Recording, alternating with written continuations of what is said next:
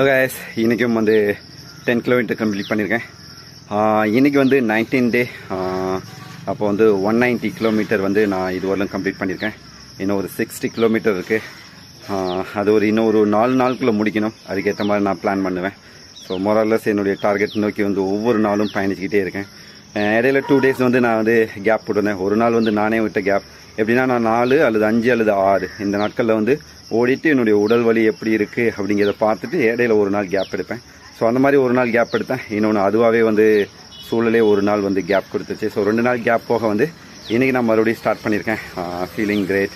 ஓடும்போது வந்து இப்போ வந்து பார்த்திங்கன்னா மலைத்துளிகள், அதுக்கப்புறம் வந்து இயற்கை சூழல், அங்கே இருக்க அந்த பறவைகளோட சத்தம், தென்றல் காற்று, இப்படி ஒவ்வொன்றுமே வந்து ரசிக்கக்கூடிய ஒன்றா அமைஞ்சுது.